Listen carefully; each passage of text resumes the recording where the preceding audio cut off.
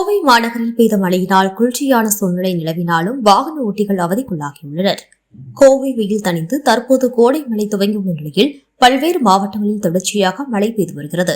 பல்வேறு மாவட்டங்களில் கனமழையும் சில மாவட்டங்களில் பரவலாக மிதமான மழையும் பெய்து வருகிறது.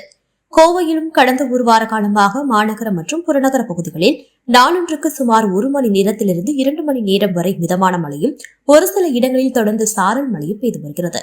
அதன் தொடர்ச்சியாக இன்றும் கோவை மாநகருக்கு உட்பட்ட சிங்காநல்லூர், புளியங்குளம், இடையர்பாளையம், கவுண்டம்பாளையம், ஹோப்ஸ் உட்பட பல்வேறு பகுதிகளில் சுமார் 1 மணி நேரத்திற்கு மேலாக பரவலாக மழை பெய்தது.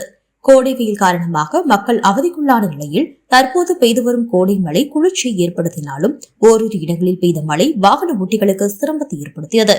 குறிப்பாக கவுண்டம்பாளையம் பகுதியில் பெய்த மழையினால் சாலைகளில் மழைநீர் தேங்கி அனைத்து வாகனங்களும் பாதி அளவுக்கு நீருக்குள் மூழ்கின.